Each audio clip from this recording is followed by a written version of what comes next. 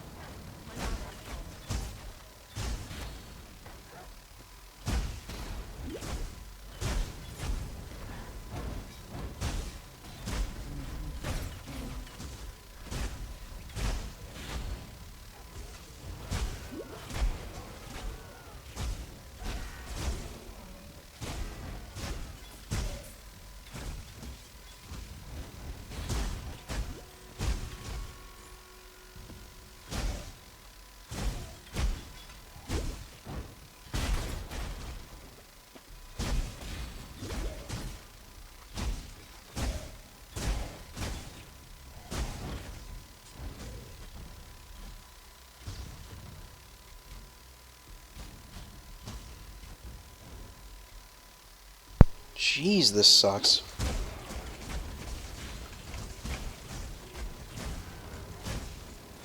I don't think I've ever done TempChains plus Fracture before, and this is the worst thing that's ever happened to me on this character. In terms of clear speed, anyways. This is worse than that Curse Immune Elemental Weakness Monster Life map.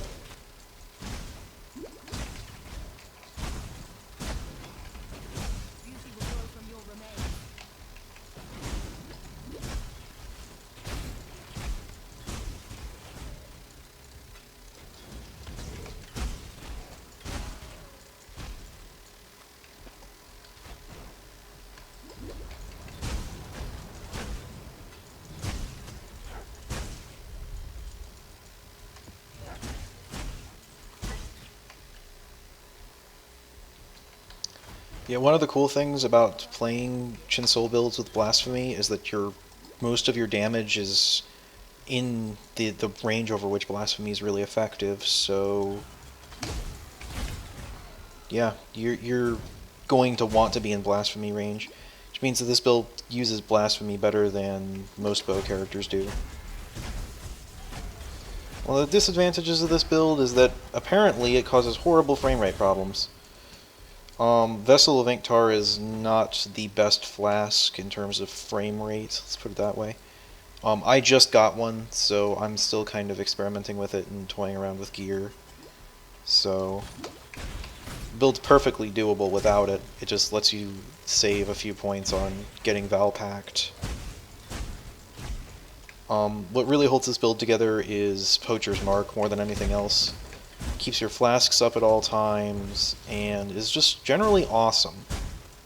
Life and mana on hit, which is necessary until you get a vessel. It also keeps you from having to use Blood Rage, which I don't really like Blood Rage. I just don't feel safe between packs with it. Um, I have had characters die on me because my Blood Rage killed me between packs, and I was too lazy to unequip the gem because I thought I could make it to the next pack in time. So I don't know. It's convenient sometimes like that.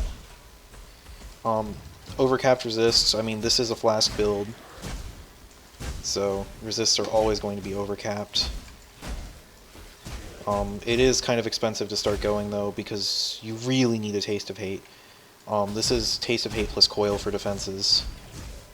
And you can play without Coil. I played with Duresso's Defiance for a long time, and Duresso's Defiance is a fantastic chest. You can also play with a 5-link Chin Soul, and there's no problem with that. 6-link is really more of a luxury upgrade, because faster attacks isn't a huge clear speed link unless it's on maps like Fracturing or Monster Life, where you actually are going to need to attack twice almost all times to kill a single mob. Most of me attacking twice is I didn't finish that one guy off, or I just missed that guy. And so faster attacks is mostly quality of life in those cases. Other things I should say. To save my fingers from dying horribly, I have 4 of my keys taped together. Somebody's messaging me in TeamSpeak. Give me just a second, because guys I'm in TeamSpeak with don't know that I'm muted and recording.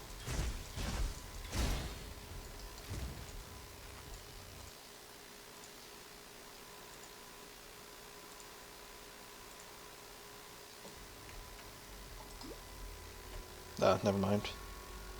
Accidentally got somebody else's message. Other things to note. One of the things that's nice is that even though this build has a lot of uniques and obviously struggling to get life, it's still quite possible to have decent resists because you have flasks, like actually adding to your resists. This is a minus max map, so you can see that I'm well overcapped. It's just a minus max map.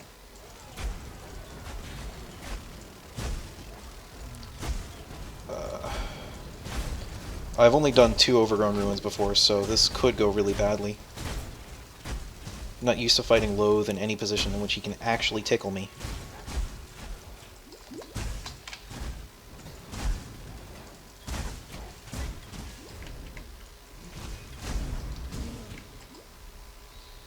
Projectile weakness also does a lot of work in this build. For all intents and purposes, it adds to your pierce chance. It doesn't count for things like Drill Neck, but for actually piercing, it does. So this build has capped pierce without using a pierce gem or investing more than 4 points into it in the skill tree, or a quiver, or anything. And with a quality blasphemy, that's 96% pierce chance without any real investment into it. With just the notable for piercing, not even the rest of the nodes in the cluster. So it does a lot of work there. Again, curses do a lot of work offensively and defensively.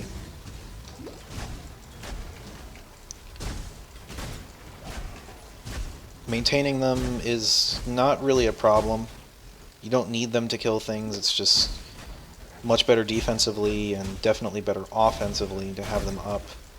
Poacher's Mark can sustain your mana by itself if you don't have Vinktar up, so it's not like Flasks going down is the end of the world.